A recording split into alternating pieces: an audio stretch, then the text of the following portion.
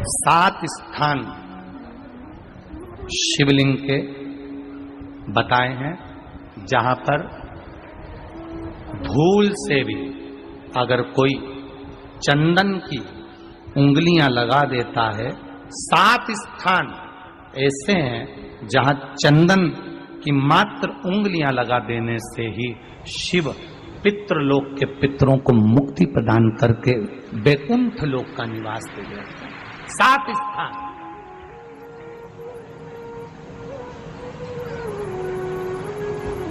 और वो 7 स्थान जो चंदन के बताए गए हैं, पहला भगवान देवाधिदेव महादेव के शिवलिंग पर चंदन का लेपन। समझ लेना जरा बहुत अच्छे से।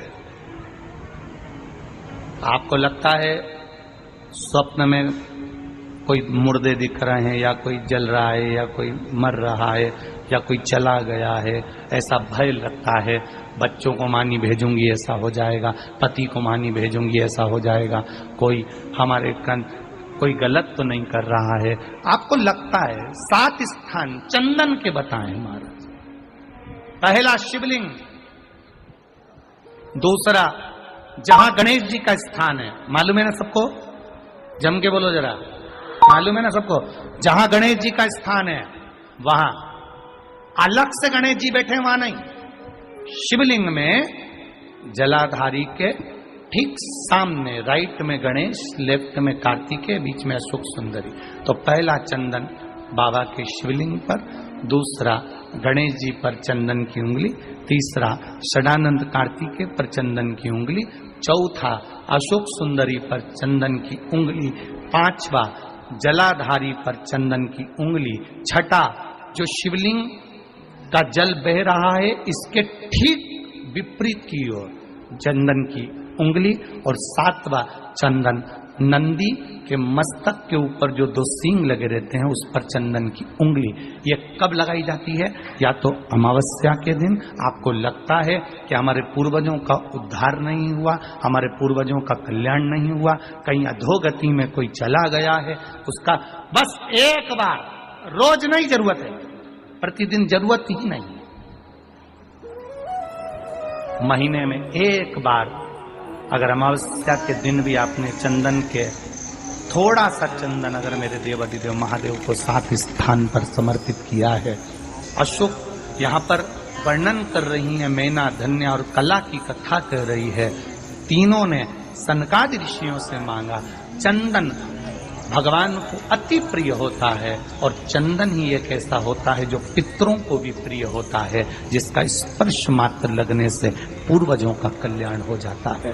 वो चंदन का अमावस्या के दिन जो नदी, तालाब, बावड़ी, कुआं किसी भी एक जगह पर अपने पूर्वजों का नाम लेकर शाम के समय पर दिया लगाएगा, ये मेरा विश्वास रहता है, उसके लिए कुबेर भंडारी भंडार जरूर बनेगा, पितृ भंडार जरूर बनेंगे।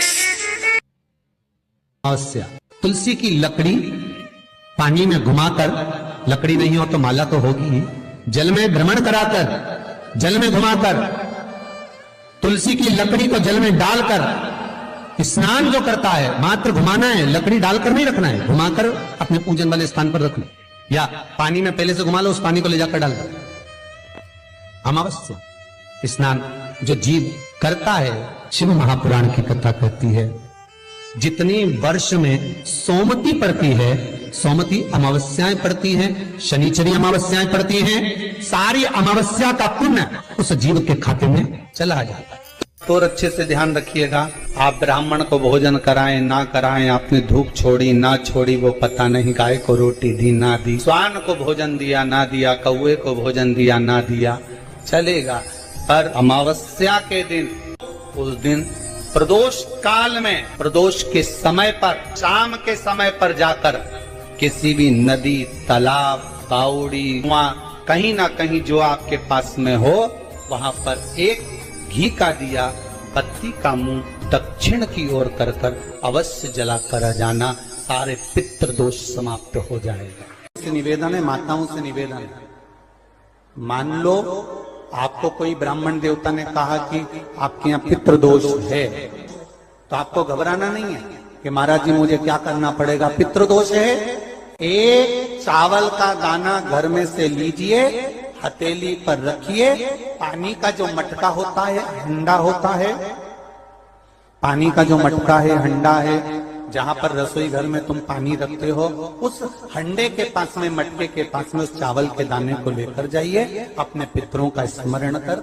स्वधा स्वधा स्वधा स्वधा स्वधा 5 बार बोलकर शंकर भगवान की शिवलिंग पर, तुम्हारे घर में शिवलिंग हो तो घर में, और अगर मंदिर में शिवलिंग हो तो मंदिर में, उस चावल के दाने को चढ़ा दीजिए।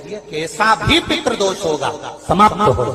कि गाय जब अपने बछड़े को दूध पिलाए और बछड़े के मुख पर जो फेन आए, उस फेन को